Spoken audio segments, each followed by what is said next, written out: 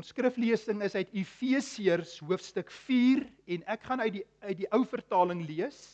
Die 1933 vertaling gaan ek uitlees. Hoofstuk 4, ons gaan lees, ek gaan vanaf vers 1 lees, net om die konteks te gee, vers 1 tot 6, en dan die tweede deel, wat in die tweede deel van die preek gaan wees, is Efesiërs 5, vers 6 tot 16. Ek weet julle gemeente het deur Efesiërs gewerk, so dis 'n voorreg om net ondersteunend 'n paar gedagtes met jou te wil deel, wat jy waarskynlik al gehoor het in julle reeks, maar wat die Here op my hart gesit het vir gemeentes in Pretoria vandag in Efesiërs. En die tema van die preek is die opdrag tot eenheid in Christus. Eenheid, ware gelowiges reg deur die wêreld, een in Christus, maar ook eenheid, nie soos die wêreld nie, eenheid in die liefde en die waarheid van die evangelie. Daai twee is met mekaar getroud. Jy kan hulle nie uit mekaar haal nie. Kom ons begin, Efesiërs hoofstuk 4 en ek gaan lees vanaf vers 1 tot 6. Ek vermaan julle dan, ek die gevangene van die Here, om te wandel waardig die roeping waarmee julle geroep is, met alle nederigheid en sagmoedigheid, met lankmoedigheid, terwyl julle mekaar in liefde verdra, en ernstig strewe om die eenheid van die Gees te bewaar deur die band van die vrede. Dit is een liggaam. Dit is een Gees, soos julle ook geroep is in een hoop van julle roeping. Daar's een Here, daar is een geloof, daar is een doop, en daar is een God en Vader van almal, wat oor almal en deur almal en in julle almal is. En dan hoofstuk 5, ek gaan vir ons van vers 1 af lees, net vir die konteks, Efesiërs hoofstuk 5, vanaf vers 1 tot 16. Paulus skryf vir die gemeente, en hy sê, wees dan navolgers van God soos geliefde kinders, en wandel in liefde soos Christus ons ook liefgehad het, en hom vir ons oorgegee het as 'n gawe en offer aan God, tot 'n lieflike geur. Maar hoerery en allerhande onreinheid en hebsug moet onder julle selfs nie genoem word nie, sodat dit die heiliges betaam. Ook nie gemeenheid en dwaase of lawwe praatjies wat nie pas nie, maar liewer danksegging. Want dit moet julle weet, dat geen hoereerder of onreine of gierigaard, wat 'n afgodsdienaar is, 'n erfdeel het aan die koninkryk van Christus en van God nie. Laat niemand julle met ydel woorde verlei nie, want daardeur kom die toorn van God oor die kinders van die ongehoorsaamheid. Wees dan nie hulle deelgenote nie. Want vroeër was julle duisternis, maar nou is julle lig in die Here. Wandel dan soos kinders van die lig. Want die vrug van die Gees bestaan in alle goedheid en geregtigheid en waarheid, en beproef wat die Here welbehaaglik is, en hou nie gemeenskap met die onvrugbare werke van die duisternis nie, maar bestraf dit liewer. Want wat in die geheim deur hulle gedoen word, is skandelik selfs om te noem. Maar al die dinge wat deur die lig bestraf word, word geopenbaar. Want alles wat openbaar word, is lig. Daarom sê God, ontwaak, jy wat slaap, en staan op uit die dode, en Christus sal oor jou skyn.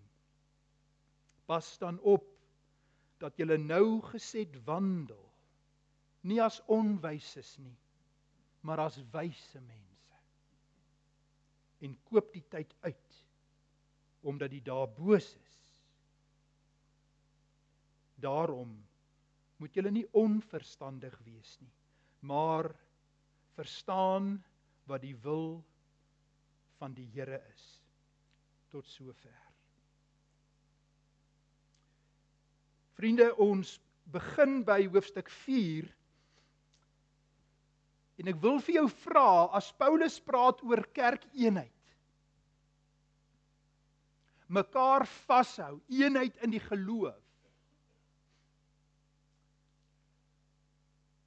het Paulus in gedagte gehad, eenheid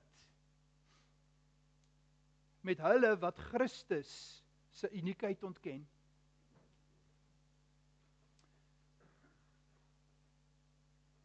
Die eenheid waarvan Paulus hier praat, was nie die eenheid van die wêreld nie.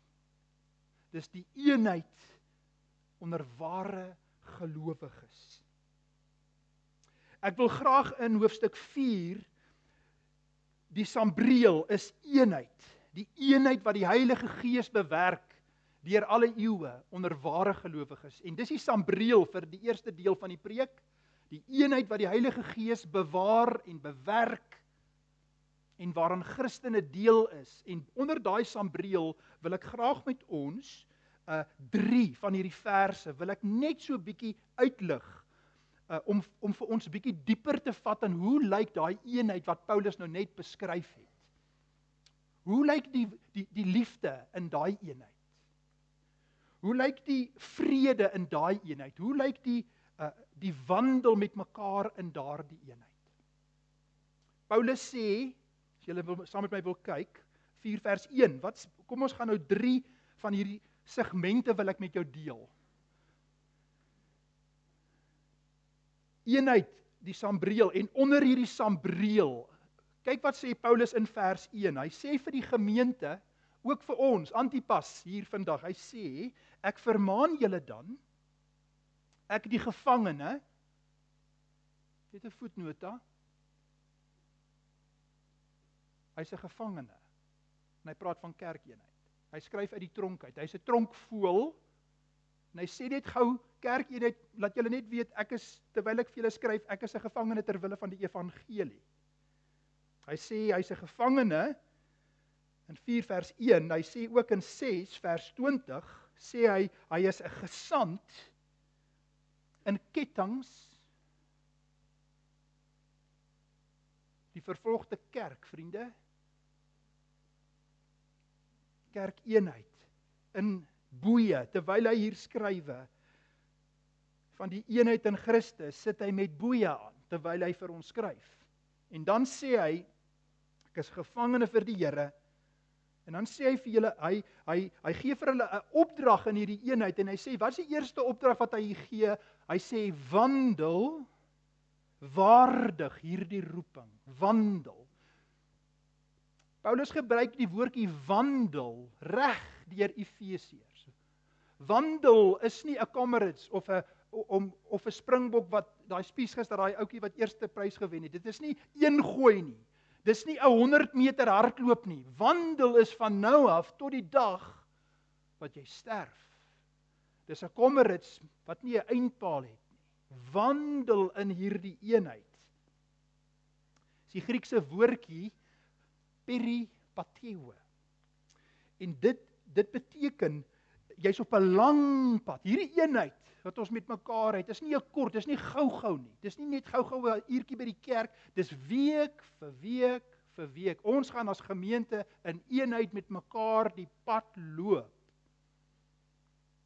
In Engels, dis nie 'n quick fix gou-gou nie. Gaan kry gou-gou 'n cappuccino en dan se klaar. Hierdie is wandel met mekaar as gemeente.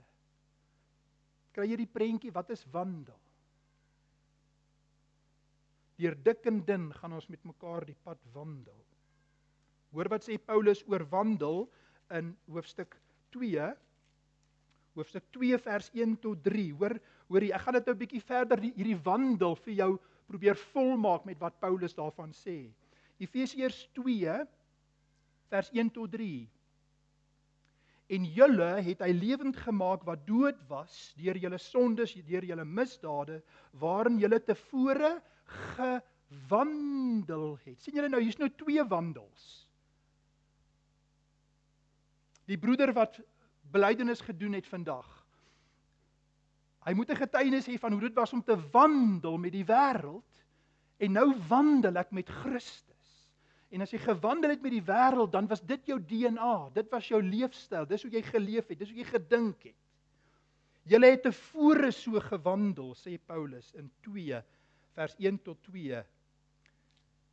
Hoor jy by vers 10, Efesiërs 2 vers 10, weer wandel, hier's nou 'n ander wandel, want ons is sy maaksel, geskape in Christus Jesus, tot goeie werke, wat God voorberei het, sodat ons daarin kan wandel.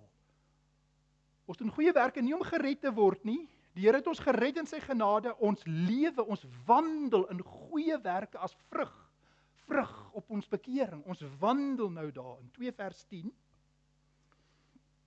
en dan 4 vers 1 wat ons nou gelees het, waar hy hulle vermaan. Vriende, hy sê nie vir hulle hier, as julle lus voel, so nou en dan so bietjie met mekaar wandel. Jy kan so 3 van die Bybelstudies per maand skiep.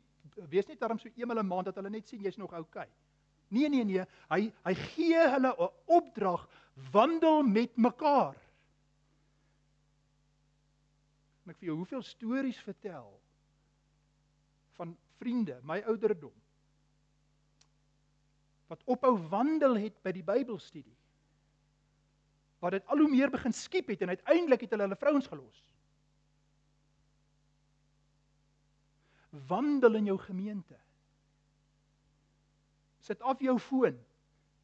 Sit af Instagram as dit Bybelstudie is. Wandel in jou gemeente, soos die Here Jesus vir jou sê, soos Paulus hier vir jou 'n opdrag gee. Jy is gedoop, jy het belydenis van geloof gedoen, jy het 'n getuienis gedoen, maar jy wil nie meer wandel in jou Bybelstudies by die byeenkomste nie. Wandel in die gemeente soos die Here wil. Nog 2 wandels wat Paulus vir ons gee, hoofstuk 5 vers 1 en 2. Kyk saam met my, wat sê hy daar? Vers 1, wees dan navolgers van God soos geliefde kinders, en weer, en wandel in liefde soos Christus ons ook lief gehad het. 5 vers 15. 5 vers 15, opdrag, pas dan op, dat julle nougeset wandel. Hoe wandel jy met wysheid, my broer? Jy bly onder die gesag van julle ouderlinge. Dis hoe ons dit doen in die kerk van die Here Jesus. Dis wat Paulus vir hierdie gemeente sê in Efese, wandel soos die Here Jesus wil hê jy moet doen, in eenheid. Moenie die eenheid verbreek in die kerk nie. Dit is wat Paulus onder hierdie sambreel van eenheid in Christus, die eerste blokkie nou hier is wandel saam in die geloof. Tweede, kyk saam met my, wat is die tweede blokkie in hierdie deel oor die eenheid wat die Gees bewerk? En dit is die liefde. Liefde. Vriende, is dit die liefde van die wêreld? Is dit die liefde van 'n kerk wat nie baie ver van hier af nie, 'n paar jaar terug, aktiviste gehad het met hempies wat sê liefde is liefde? Is dit die liefde van Christus?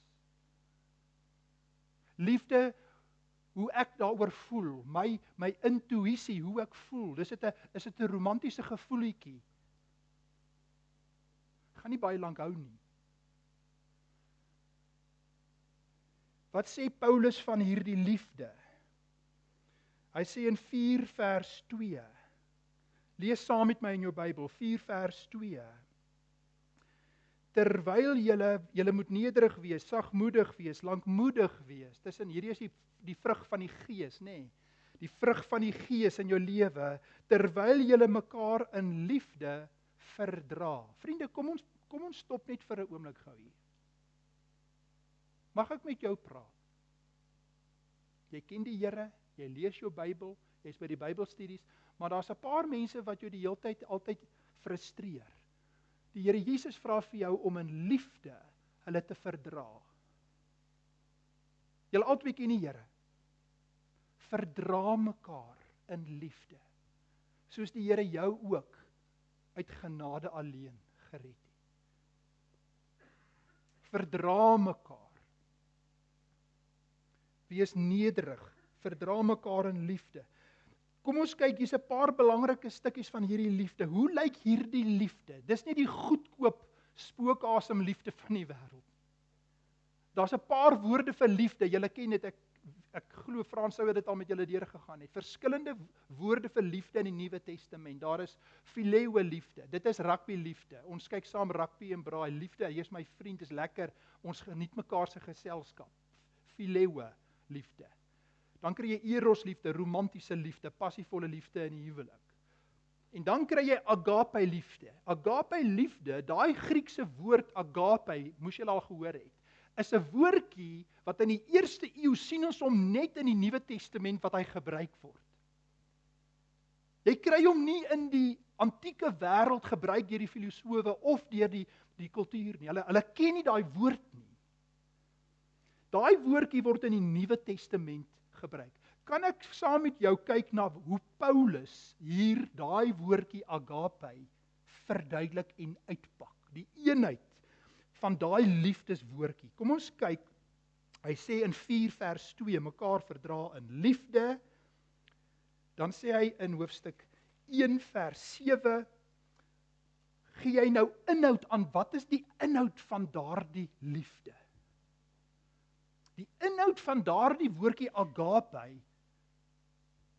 die bestanddele binne in daardie, die resep vir daardie koek is hierdie. In hom, die Here Jesus het ons die verlossing deur sy bloed, die vergifnis van ons misdade en ons sondes. Vriende, Christus het sy lewe gegee aan die kruis vir hulle wat dit nie verdien nie. Dit is agape liefde. Volgende stukkie, 1 vers 13, kyk by vers 13. In wie julle ook nadat julle die woord van die waarheid, die evangelie van die redding ontvang het, hierdie redding wat ons ontvang het, dit is daai gebore uit daai liefde van God wat hy vir ons gehad het toe Jesus vir ons sterf. Dis die inhoud van hierdie liefde wat Paulus vir ons vra om in te wandel, om in te lewe. Volgende stukkie, 2 vers 4 en 5.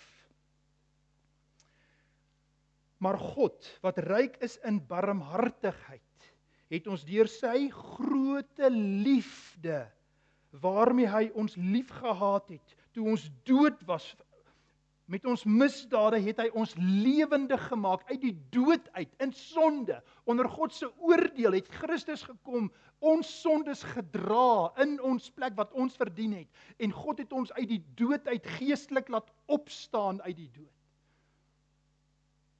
Dis agape liefde. 2 vers 4 en 5. Volgende een, 3.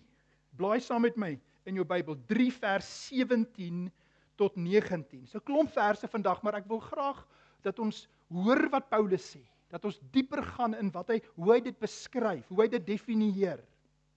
Hoor hierdie woorde. 3 vers 17 tot 19. Sodat deur die geloof in julle harte die Here kan woon, dat julle wat in die liefde gewortel en gegrond is.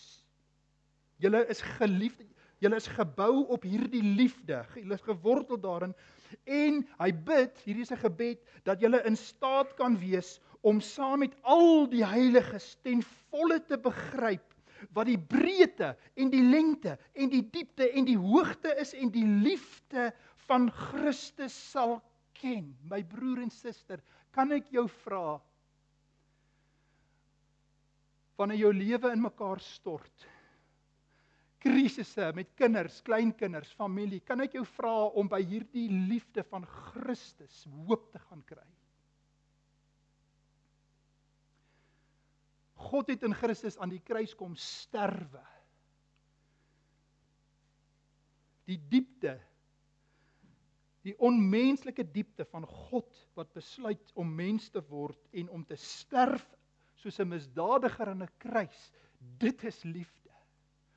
Daar is hoop. Ook vir jou gesin.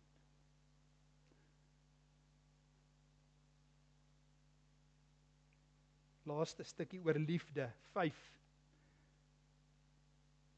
vers 25. Ek wil nou met die manne praat van Antipas. Vrouens, maak toe julle Bybels. Ek wil vra dat net die manne hulle Bybel hier oopmaak. Al die vrouens se Bybels toe, almal. OK. Al die ooms, al die manne, al die jong manne, is julle daar? Efesiërs 5 vers 25. Manne, julle moet julle eie vrouens lief hê.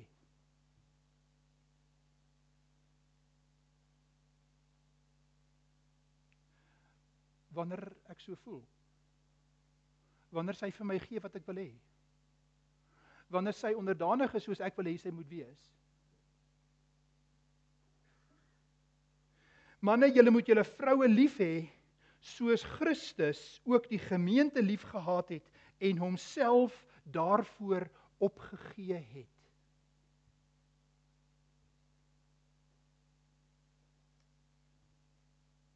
Die liefde van Christus is nie die liefde van die wêreld nie. Dit is nie goedkoop liefde nie. Dis duur liefde wat jou lewe kos.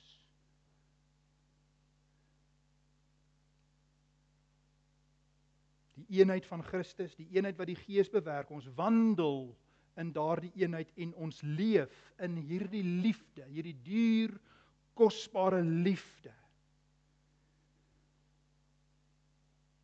En dan die derde stukkie gaan oor hierdie band van vrede. Daar is vrede tussen jou en God. En as jy Christus ken jy daai vrede? Ek het al van ateïste gehoor wat,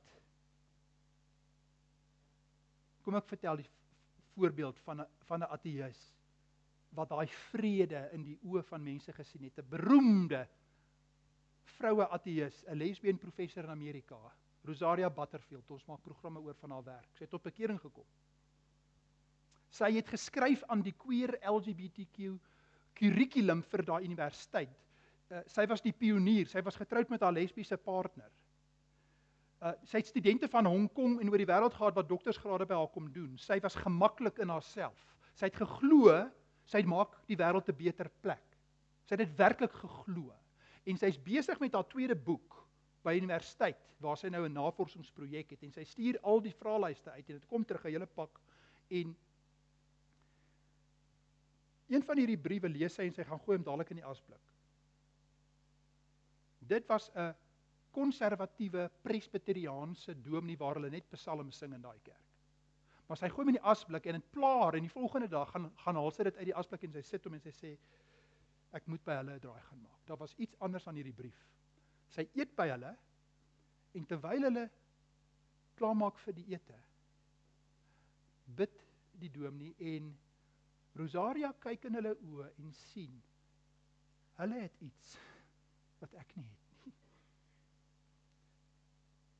Daar's iets wat hulle het wat my pla, want ek het alles wat ek begeer, wat ek gedink het is reg. En uiteindelik lees sy die Bybel 7 keer deur, sy kom tot bekering, haar partner het haar gelos, al wat sy oorgehad het van alles was haar kat.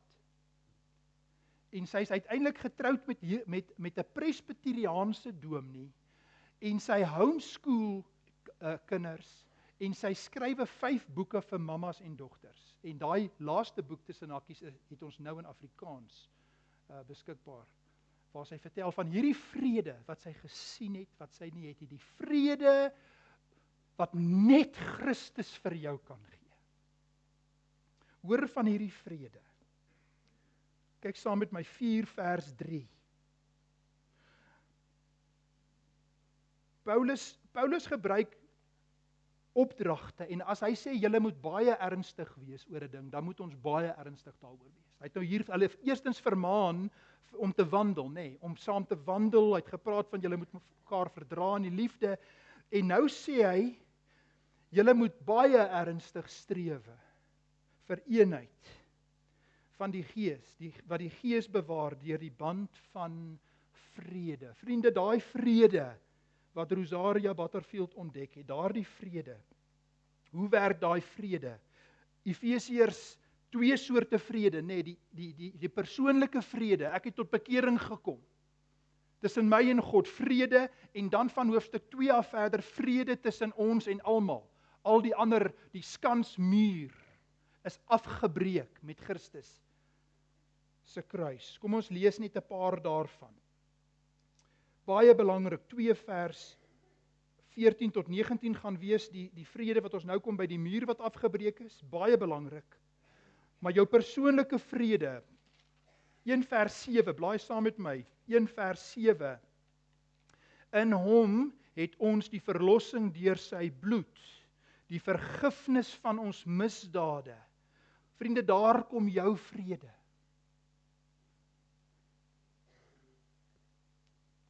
Ons gaan nou kom in die tweede deel by die dinge wat jou buite die koninkryk van God gaan stel. Ons gaan nou daarby kom.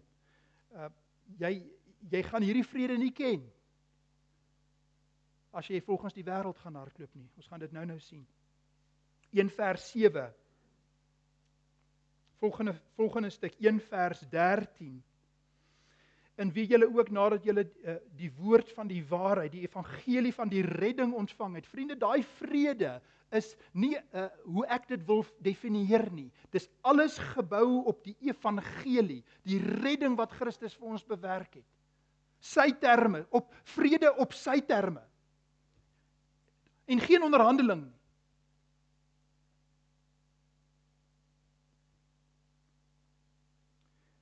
Moenie dink jy kan onderhandel met God nie. 1 vers 13. Dan 2 vers 1.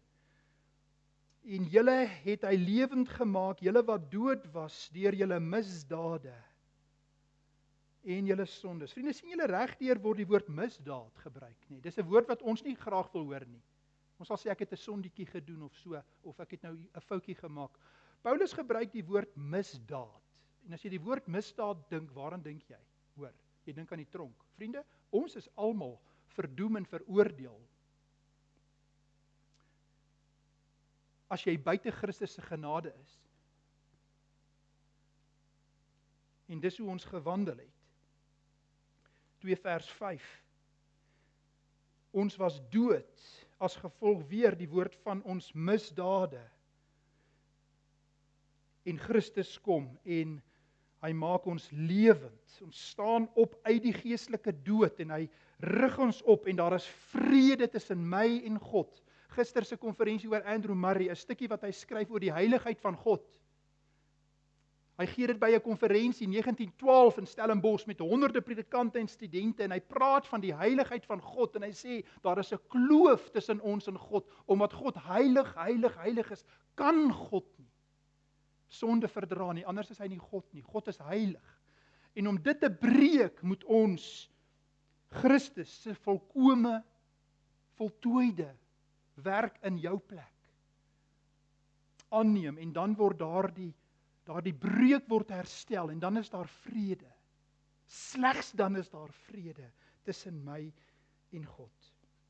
Vriende, dit is tussen my en God. En dan lees saam met my die vrede wat kom tussen ons en ander. En in Suid-Afrika is dit so belangrik vir ons om dit te onthou. Dit het 'n implikasie vir hoe ek ook in die gemeenskap met ander mense omgaan. 2 vers 14.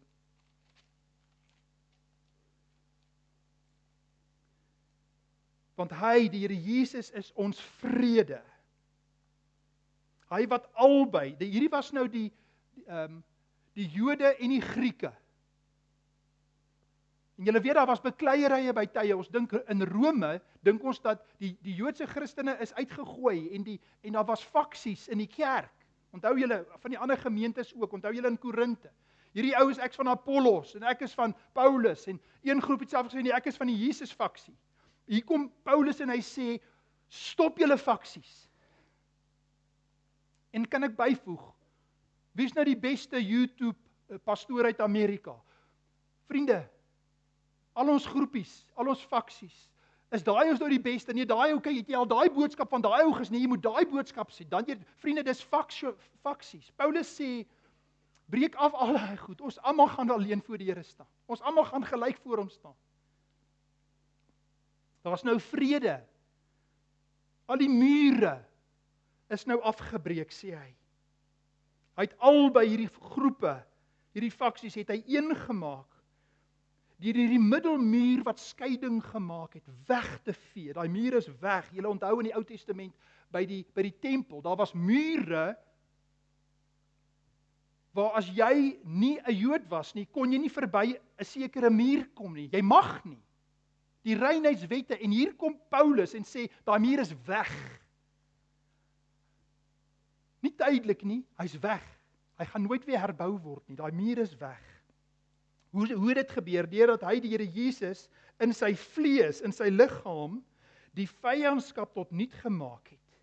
Naamlik, die wet van gebooie, wat in insettinge bestaan, sodat hy, deur vrede te maak, hierdie twee in homself tot een nuwe mensheid kom skep het.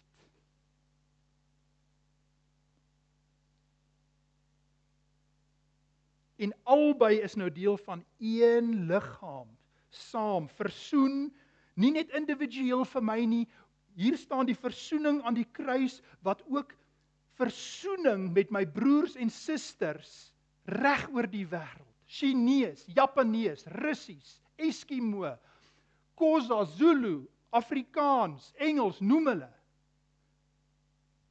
Daai muur is afgebreek, en kan ek vir my Afrikaanse vriende hier sê, as jy op grond van wat met jou die afgelope 30 jaar gebeur, en jy voel verontreg, en nou is dit omgekeerde goed wat met ons gebeur, as jy weer 'n skansmuur gaan opbou het, wil ek jou môre vermaan, op grond van die woord van God, gaan bekeer jou daarvan.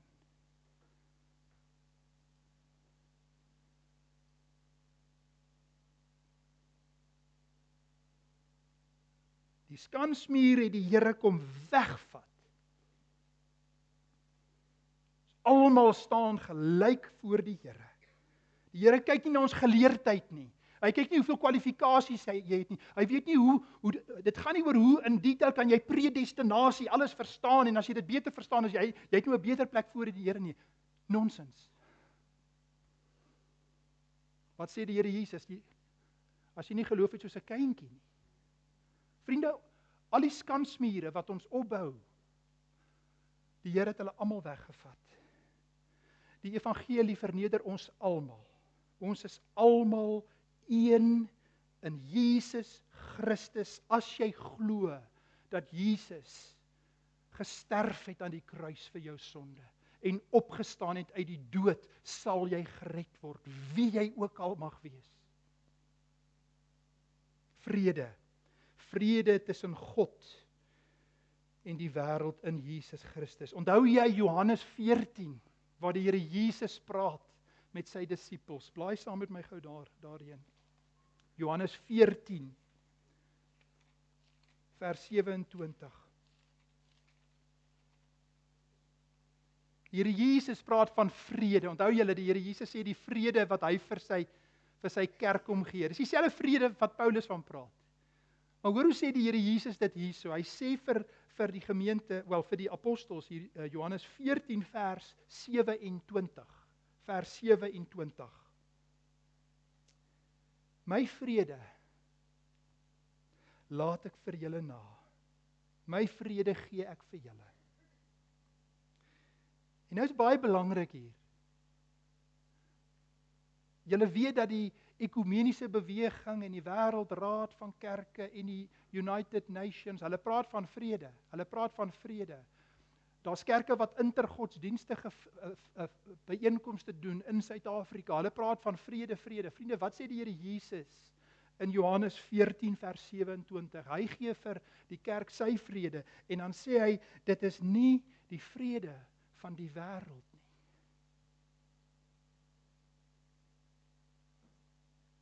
Laat ek dit weer lees, vers 27. Vrede laat ek vir julle na. My vrede gee ek aan julle, nie soos die wêreld gee nie. gee ek aan julle my vrede. En dan, blaai saam met my nog een stukkie oor vrede, laaste stukkie oor vrede. Matteus 5. Nou sien miskien 'n oom wat sê maar die bergrede praat mos van geseënd is die vredemakers, nê. En daai versie word baie misbruik deur liberale kerkleiers wat sê nie, maar daar staan mos in die bergrede geseënd is die vredemakers. Die Here Jesus het gepraat van die vredemakers. Ons gaan nou sien wat bedoel die Here Jesus daarmee. Matteus 5. Kom ons lees eers daai stukkie. Matteus 5 vers 9. Ken julle dit? Ons ken dit so goed van kindsbeen af, nê? Salig is die vredemakers, want hulle sal kinders van God genoem word. Nou hou hom net daar vas. Blaai na hoofstuk 10 vers 34. Hoofstuk 10. En hou die twee plekke oop. Hou jou vinger as jy kan. Hou jou vinger op daai een wat die Here Jesus nou net gepraat het van salig is die vredemakers, want hulle sal kinders van God genoem word. En dan lees jy saam met my met jou vingers op al twee plekke. Nou die volgende een, Matteus 10 vers 34. Matteus 10 vers 34. Die Here Jesus sê moenie dink dat ek gekom het om vrede op aarde te bring. En nou hoe werk dit? Kom ons lees verder. Lees verder saam met my. Dit is baie belangrik. Die Here Jesus sê hy het nie gekom om vrede op aarde te bring nie. Hy sê ek het nie gekom om vrede te bring nie, maar die swaard. Ek het gekom om tweedrag te verwek tussen 'n man en sy vader, tussen 'n dogter en haar moeder, 'n skoondogter en haar skoonmoeder. En 'n mens se huisgenote sal sy vyande wees. Nou, luister nou baie mooi wat die Here Jesus hier sê. Wie vader of moeder bo my liefhet, is my nie werd nie. En wie seun en dogter bo my liefhet, is my nie waardig nie. En wie sy kruis nie opneem nie, en agter my volg nie, is nie waardig om my disipel te wees nie. En wie sy lewe wil behou, sal dit verloor. En wie sy lewe verloor om my ontwil, sal dit vind. Vriende, hoeveel ouers het die evangelie gaan verraai ter wille van 'n rebelse kind wat weier om tot bekering te kom en pa en ma wil forceer om my te aanvaar en uiteindelik het ek die evangelie in die asblik gaan gooi. My kind laat my kies tussen hom en Christus. Hoeveel kinders het ter wille van 'n pa wat 'n ongelowige is, sy siel gaan verkoop want hy soek iets by sy pa en hy's bereid om die evangelieprys te gee. Hy sal ander vrede smee en Christus verraai. Here Jesus het gekom om nie aardse vrede te bring nie. Daar's nie vrede sonder die bloed van Christus en die duur prys wat hy betaal het vir elkeen, ja elke een moordenaars wat na hom toe sal kom, sal gered word. Maar kom na die kruis. Dis die vrede. Dis die ware vrede van God. Daai vrede wat Rosaria Butterfield gesien het in daai dom nie, wat sy nie het nie, daai vrede wat niemand van jou sal wegvat nie. Kom ons gaan na die tweede deel, ons gaan na Efesiërs hoofstuk 5, die tweede deel, oor lewenswandel, oor die wêreld.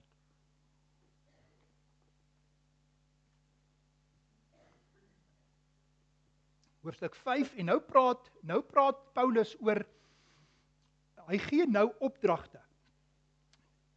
Nou weet jy wie jy in Christus is, jy weet die skansmuur is weg, die Here het jou gered, kosbaar hoofstuk 1 voor die grondlegging van die aarde, dis 'n misterie, ons verstaan dit nie, maar die Here het ons in sy genade gered, ons het Jesus Christus aangeneem, en nou kom hy, nadat ons al hierdie dinge weet, van mekaar vashou in die vrede en in die liefde en die waarheid van die Here, en nou sê hy vir die gemeente, reg, hoe gaan ons nou 'n padkaart hê om nou te lewe? Hier's nou 'n padkaart van dag vir dag, reg, wat julle nou hier gaan sien in die lewe. Nou gaan julle uit, dis maandagoggend nou. Sit jy in die kar, nou gaan jy hier in die wêreld in, en nou gaan hy met jou praat oor wat in die wêreld aangaan. Dis die wêreld waar ons nou moet wees. En nou sê hy vir hulle 'n klomp belangrike dinge. Kom ons lees weer net 'n paar verse. Ek begin by vers 1, hoofstuk 5, en dan gaan ek 'n paar gedeeltes net bietjie vir ons dieper probeer oopmaak.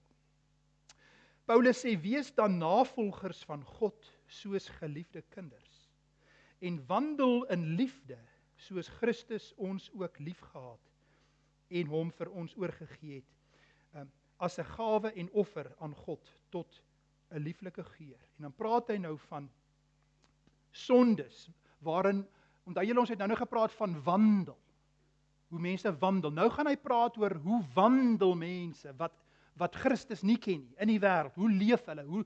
Wat is die daaglikse lewenstyl waarin hulle leef? Nou sê hy, vers 3, maar hoerery en allerhande onreinheid en hebsug moet onder julle selfs nie genoem word nie, soos dit die heiliges betaam. Kan ek gou met die jong manne net gou hier praat? Wat beteken dit vir jou vir vandag? Kan ek 'n paar voorstelle gou vir jou maak? Dit beteken dat jy op Instagram nie enige gewaagde goeders gaan follow nie. Jy gaan dit nie doen nie. En as jy dit doen, my broer, en jy's 'n Christen, wil ek by jou vra dat jy na hierdie diens vanoggend dit gaan stop. Dat jy al die verleidings wat sosiale media vir jou kan gee, gaan uitblok. En miskien is hier manne, dat jou vrou was al bekommerd, wat doen hy op sy foon? Kan ek vir jou vra, broer? Hoor wat Paulus vanmôre vir jou en vir my sê. Waak, waak. Dit betaam nie die gemeente nie. Dit betaam nie Antipas gemeente nie. Dit betaam nie Christen nie. Ons moenie met vuur speel nie. Gaan hy aan en hy praat van ander dinge, gemeenheid. En daai klips wat hulle die hele tyd vreeslike vloekwoorde en goeters, moenie daai goed aanstuur nie. Moet dit nie doen nie. Sê vir jou, ek het al in die verlede vir 'n vriend gesê, broer, ek moenie daai goedjies vir my aanstuur nie. En ek sê dit in liefde. Ek sê dit nie in 'n veroordelende gees nie. En jy delete hulle. Moenie daai goeters deel maak van jou lewe nie.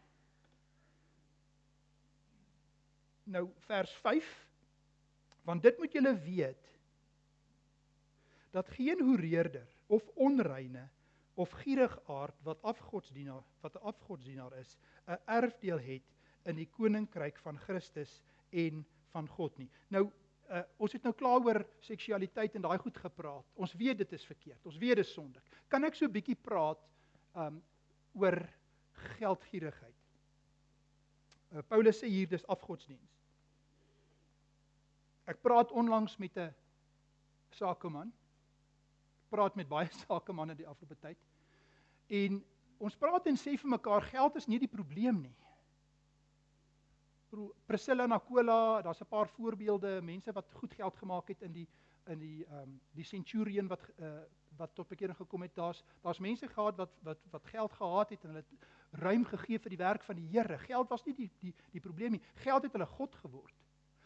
My vriend, kan ek jou op hierdie punt vra? Miskien is tik jy al die boksies op, ek's getrou met my vrou, ek gee tiendes vir die kerk, ek kyk nie slegte flieks nie, maar op geldgierigheid is daar vir jou 'n versoeking.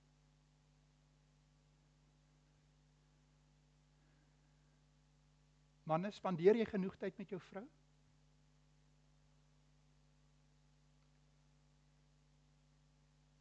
Of het geld jou God geword?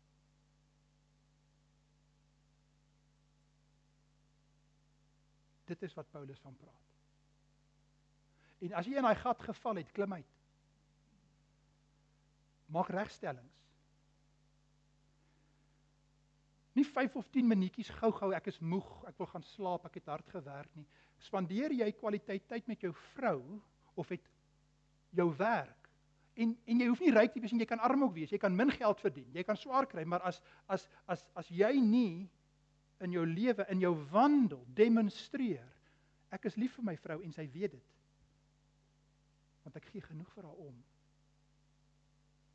Soos Christus sy lewe vir die kerk gegee het. Manne, of gee ons lewe vir die werk? Want ek wil nog 'n strandhuis hê, en ek wil nog dit hê, en ek wil op daai ding gaan, en jou gedagtes is daar. Broer, wees versigtig.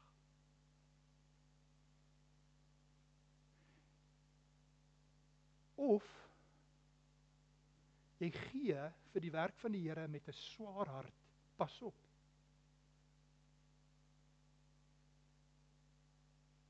As dit vir jou 'n vreeslike groot moeite is om vir die werk van die Here te gee, pas op.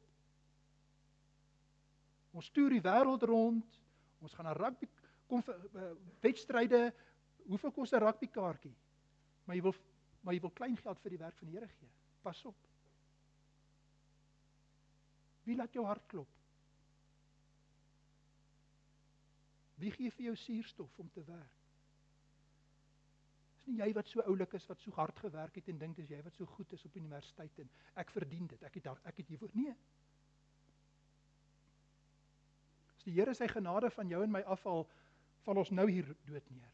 Dis God se genade tyd. Daar's genade tyd vir ons. Manne, geldgierigheid. Kom ons buig voor die Here.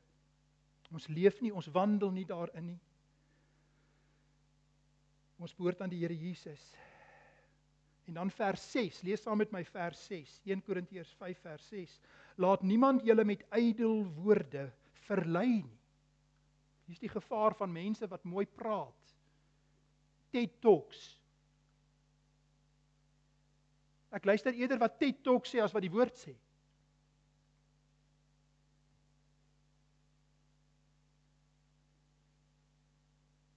Niemand ons mislei nie.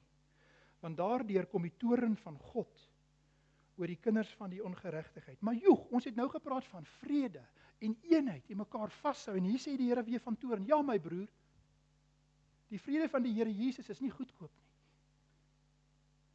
Die evangelie is nie goedkoop nie.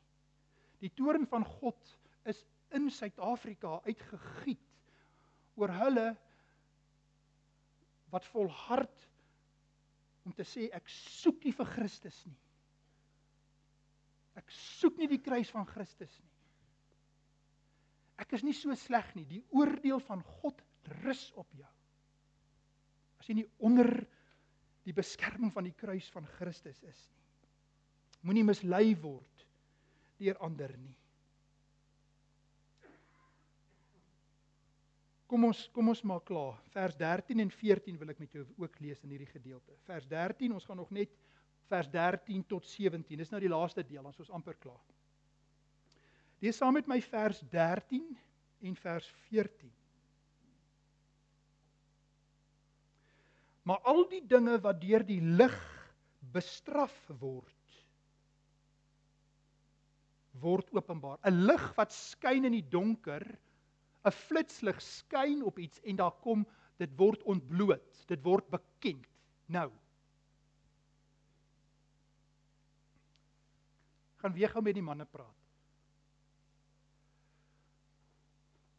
'n Tyd terug kom 'n jong student na my toe. Hy worstel met pornografie. Hy vra vir my raad.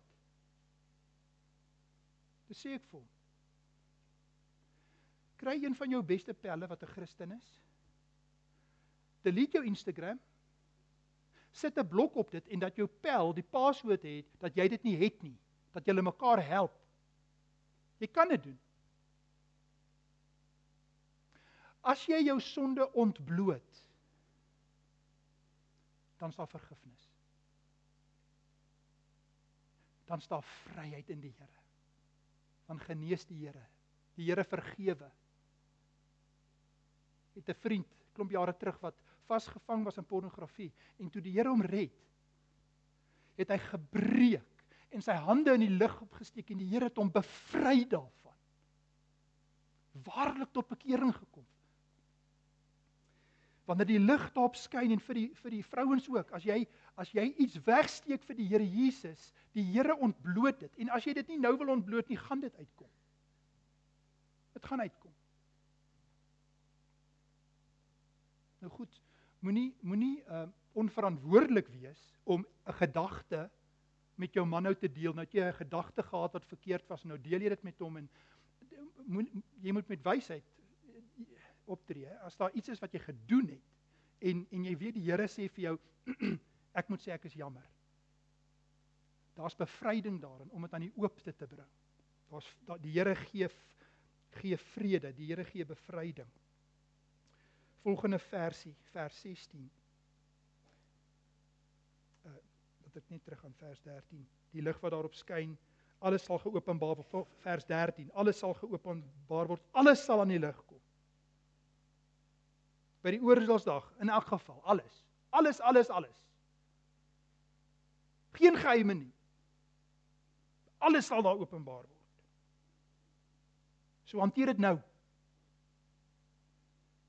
En nou sê Paulus, daarom, nadat hy gesê het, laat dit aan die lig kom, nou sê hy, daarom sê hy, ontwaak, word wakker, jy wat slaap, en staan op uit die dood, en dis bekering, hy sê, kom tot bekering. Dood in jou sonde, staan op, laat Christus jou red.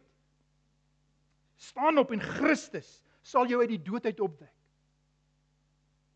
Ons dood in ons sonde. Pragtig, Romeine 6, vers 3 tot 5. Dood in ons sonde en ons staan op uit die dood. Deur Jesus Christus. Pragtig, en Christus sal oor jou skyn. Daai vrede wat jy het. Wat net die Here Jesus vir jou kan gee. Kom ek deel hier net 'n storie, 'n laaste storie, dan sal ek afsluit met vers 15 en 17. Martin Holt, toe hy 'n jong dominee was, vertel hy die storie van hy's besig met huisbesoek om by sy lidmate in 'n week om te gaan. Tussen hakies, ons het boeke van Martin Holt. Hulle is nou uitverkoop, maar julle kan gerus aanlyn. Ons het 'n boek oor sy lewe geskrywe met 'n klomp hoofstukke wat ek dink vir julle iets sal bemoedig. En hierdie storie is in daai boek. Hy vertel, hy's besig met huisbesoek en hy ry en eendag kry hy net hierdie gedagte en hy dink dis die Here wat vir hom sê, hoorie, jy moet nou hierdie kant toe draai en dan moet jy daan toe draai. En hy ry toe en toe hy stop, toe sien hy een van sy lidmate in 'n kar en 'n kar langs hom geparkeer en hy's saam met 'n ander vrou in 'n kar. En hy sien wat aangaan en hy's ontsteld en hy draai om en hy gaan huis toe en hy besluit om die aand terug te gaan na sy lidmaat. 'n Lidmaat in die gemeente.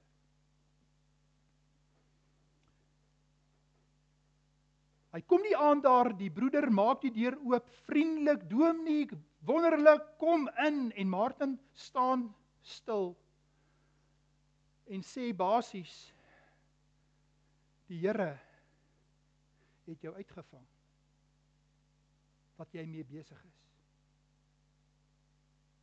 Gaan maak nou, en praat met jou vrou nou, terwyl ek hier staan. Bekeer jou. En die gemeente plaas hom onder tug, ek dink dit was 3 maande, wat hy nie nagmaal mag gebruik by die gemeente nie.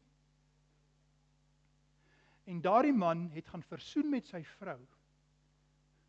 Hy was onder die liefdevolle kerklike toesig van die ouderlinge van die gemeente.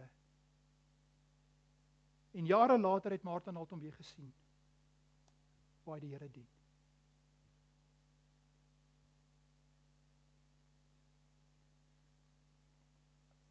Samevatting.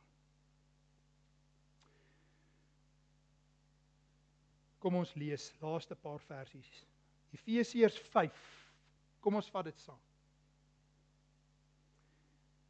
Efesiërs 5 vers 15 tot 17. Pas dan op, dat julle nougeset wandel, nie as onwyse mense nie, maar as wyses. En koop die tyd uit, omdat die dae boos is. Daarom, Antipas gemeente, moet julle nie onverstandig wees nie, maar verstaan wat die wil van die Here is. Amen.